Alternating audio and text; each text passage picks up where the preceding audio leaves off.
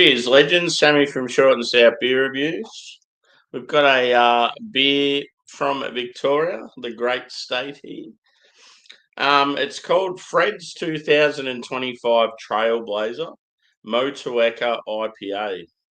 So apparently the Trailblazer series is, I think it's like a limited series of beers brewed by the females at the company and maybe some other breweries. They're called like the Pink Boot Society. There's a group of female brewers that all get together and brew beers like maybe a couple of times a year and have a big party. And it's pretty cool. It's a way to sort of celebrate International Women's Day as well, I think. So I'd say that's when these beers come out. So when it says Fred's 2025, Fred is Fiona Redaway. She must have been the original founder. It says in loving memory, so maybe she passed away. But MOTUEKA IPA, so it's a single hopped.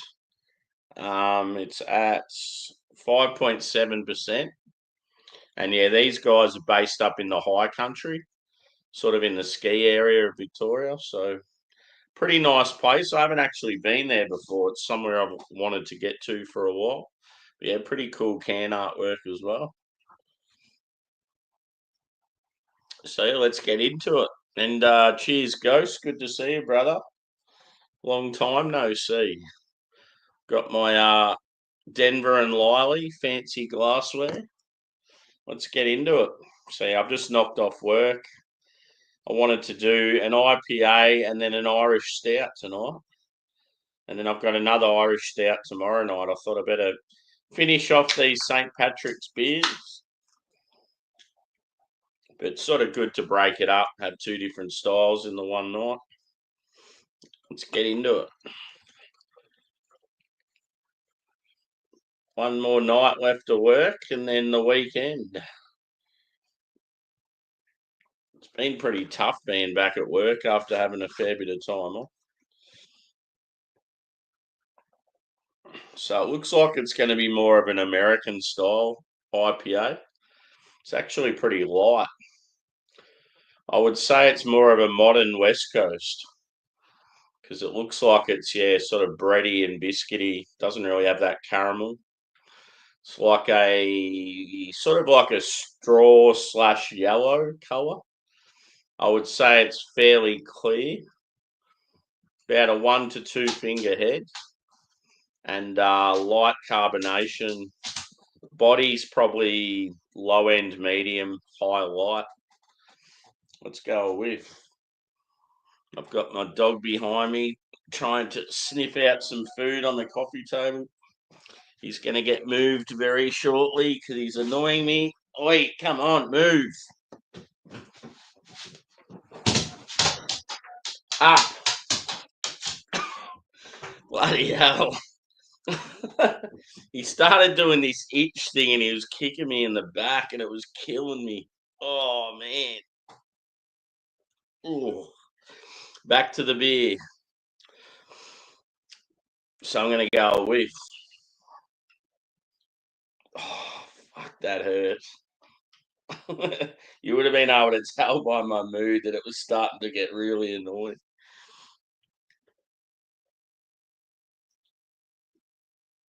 I can smell quite a bit of, it's like a lemongrass sort of note. Orange.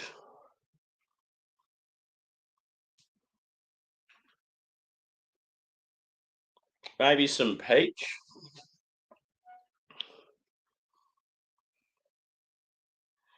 It's like citrusy and grassy.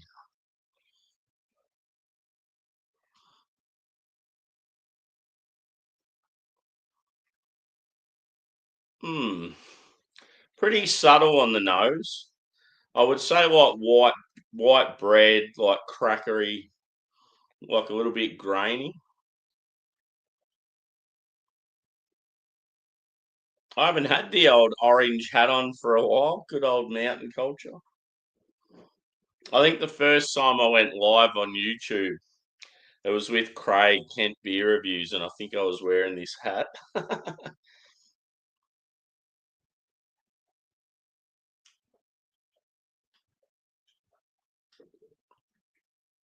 Anyway, time for a drink. I'm a thirsty boy. Cheers, peeps. Speak of the devil.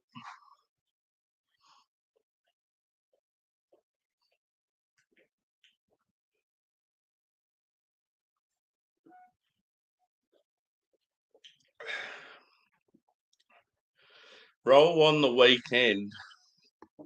3 day of grog.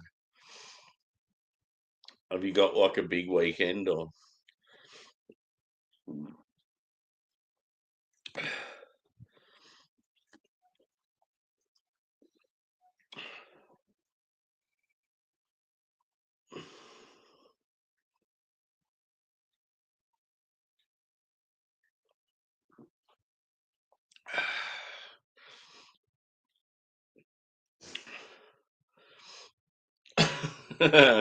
It's like my dog's got the shits with me now because he got booted off the seat. It was so awkward though, because it's always when you first go live, they start playing up. Quiet as a mouse before I started this review, and then all of a sudden he wants to get up here and try and steal food off the coffee table, and he's there kicking my back. It's got quite a like a tart, citrusy bite to it.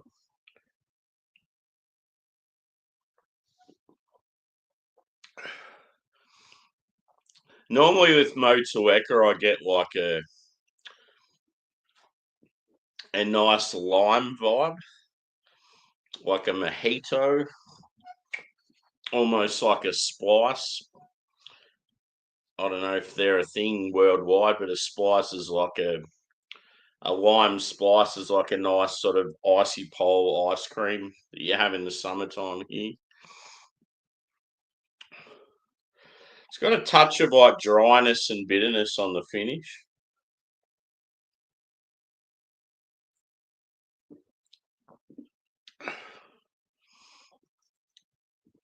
I feel like the body's a little too light. And I think the fact that it's just a single hop, there's just something about it. It's not like really shiny.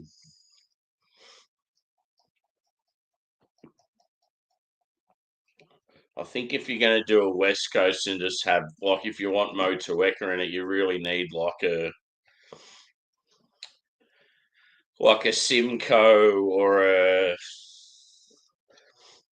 Centennial or something with it as well. Because there it lacks that. It doesn't have that big punchy pine. It's sort of more like, yeah, like tart citrus and some tropical sort of notes. I just don't think it fits the style to just have single MOTUEKA.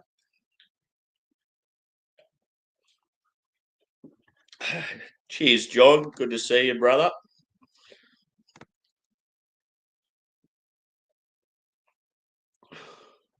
Oh, yeah. I thought you were like referring to a festival or something.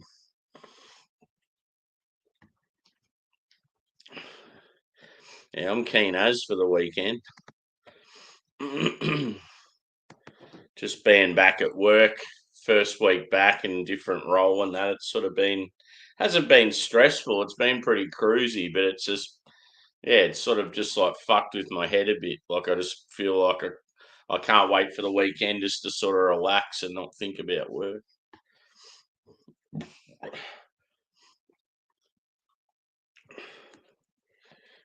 Let's pour some more, shall we?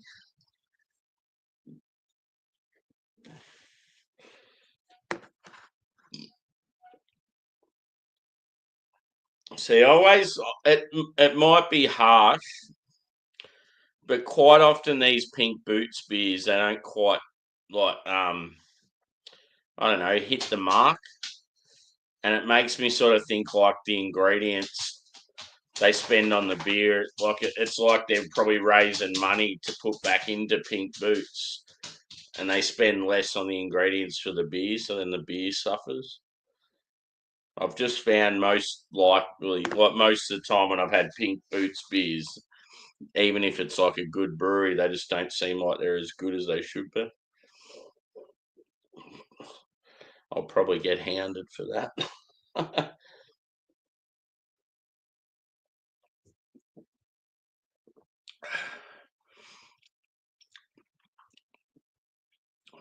Yeah, you just get a lot of sort of tart lemon grass, and like bread. I feel like the body needs a bit more sweetness. Like it needs like a bit more like a sweet caramel, and it needs sort of, I don't know, a bit more of like bite from the citrus, like some grapefruit, or definitely needs pine though. If it's going to be a this style, it needs a bit of pine.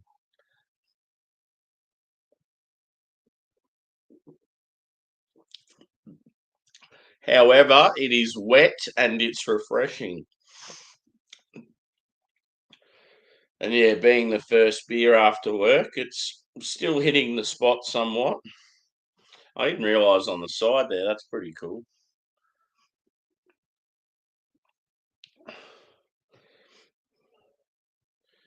She looks like she's chilling in the mountains. Oh, and then there's one on a bike. I know Bright in the summertime's known for its like bike riding and stuff.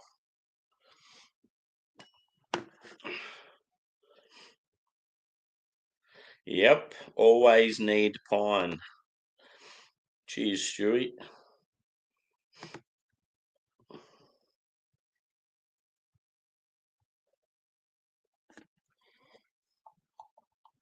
One thing I'm looking forward to, McDonald's has a new hot honey, and everyone that's been doing reviews for it's just hyping it up, saying how fucking good it is.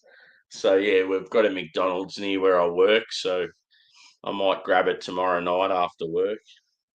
It looks good. It's like the yeah, sort of like your crispy or your spicy chicken burgers, just as is, but then with the addition of this hot honey as well as like the mayo or whatever they use. And they've even got the dipping sauce, and it actually looks really good. Cheers, Simo. Good to see you, brother. No doubt I'll see you on the weekend. I should be around this weekend. Like I'm yeah, finishing work at a reasonable time, so I probably won't be sleeping in or at work like I normally am.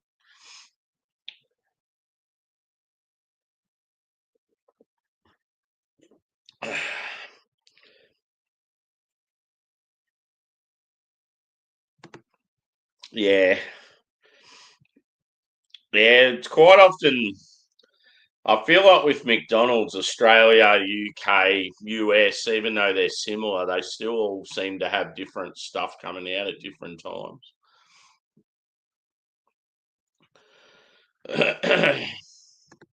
Not too bad, mate.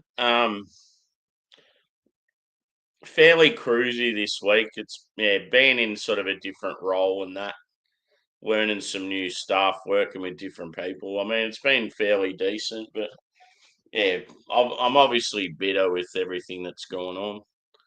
And there's been a lot of people coming up to me, like checking on me and like saying that they miss me, and hopefully I'm going all right. And they're looking out for me and feel sorry for me and think it's fucked with what happened. And then there's other people that are just being cunts about it.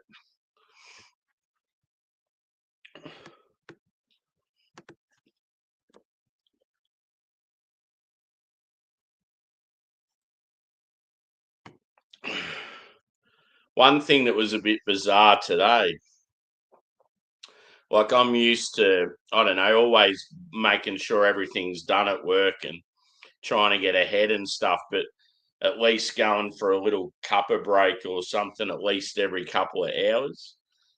Today, I think I started work at like just before 1 o'clock, and I hadn't had any break until about like 6:30, 7 o'clock. I'm like, fuck this shit.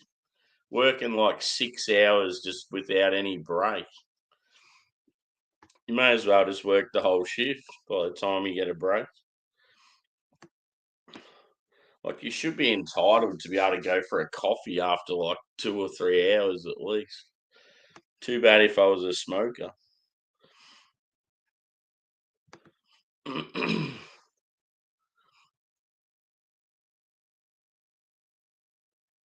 Oh yeah. Yeah.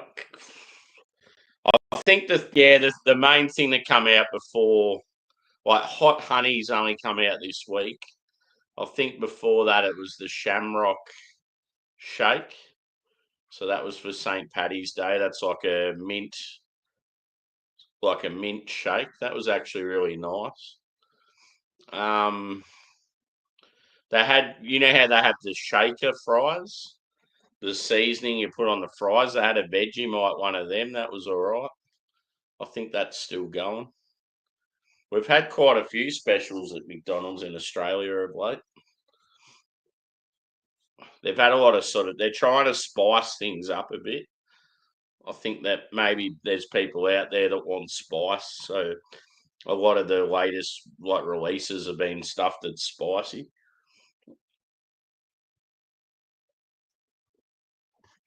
which I'm all about. But I don't really eat Maccas that much. One thing I find with McDonald's now, it's nearly doubled in price, and most of the food's smaller than what it was. It's not value for money like it used to be. Yeah. They had this real spicy, it was sort of like a Cajun spice, like fry shaker seasoning. It was really good. And then they had a cheeseburger one.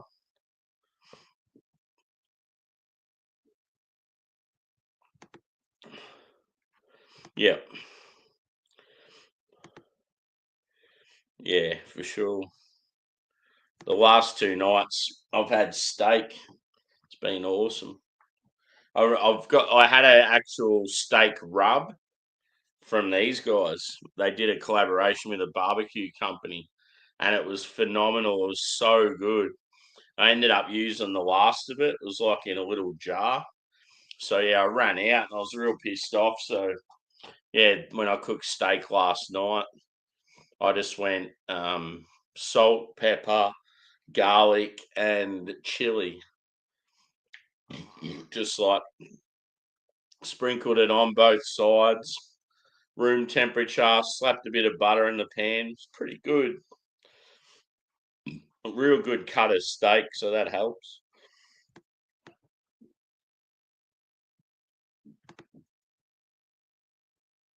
Yeah, so good.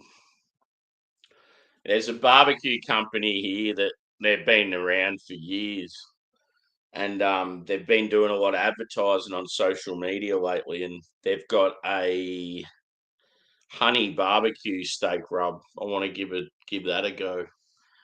I'll just need to, because yeah, you can only buy it from their website. You sort of need to buy a few things to make it worth it, because yeah, postage costs a bit. So I'm just sort of weighing up to see if there's more stuff from them that I want to try.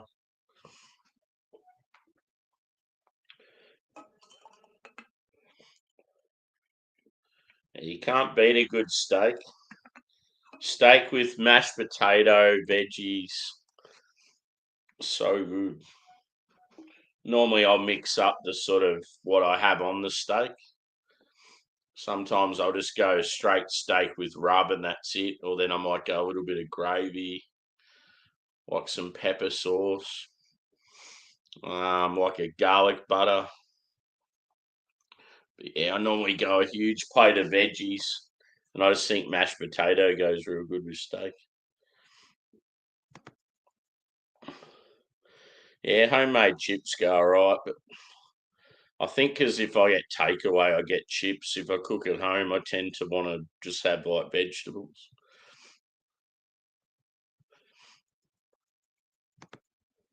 Yeah. It's one thing I need to do a bit more of lately is sort of just trying to eat a bit healthier.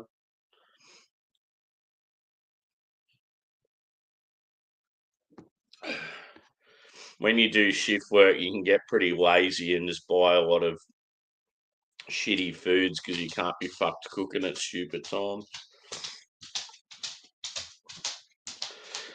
Here he is, a troublemaker.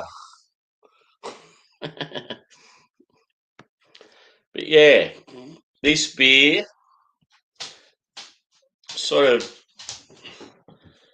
a little lackluster.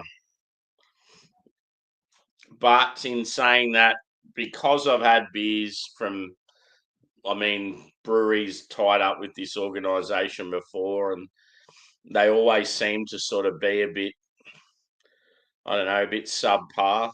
It's brutal, but I'm just speaking the truth. Um, yeah, like it's good to support them and stuff, but I'd like a beer from them that actually is as good as other beers from the brewery.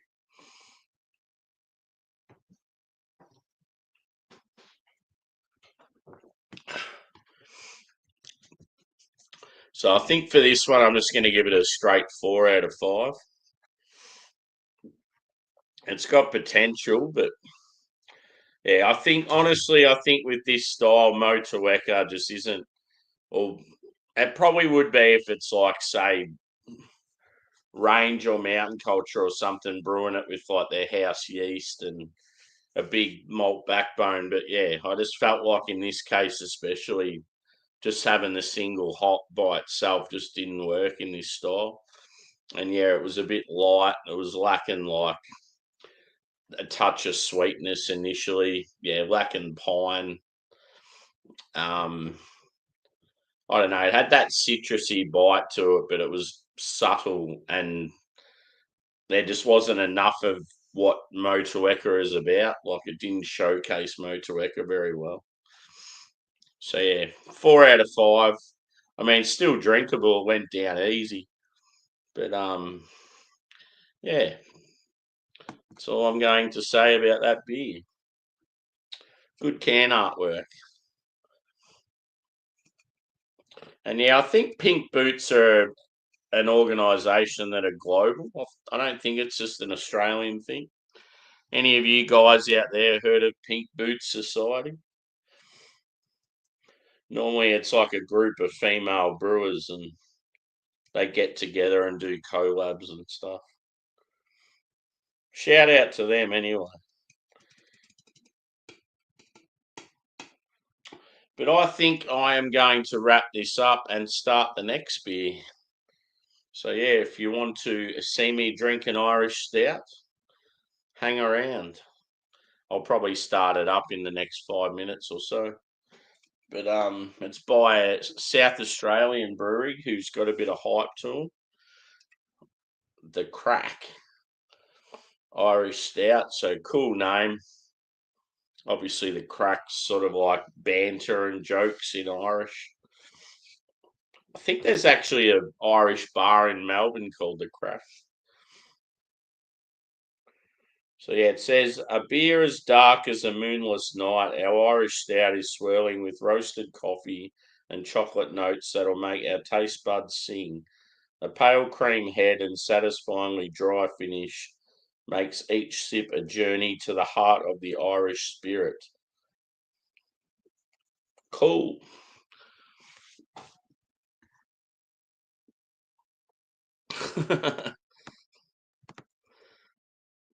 These boots are made for walking.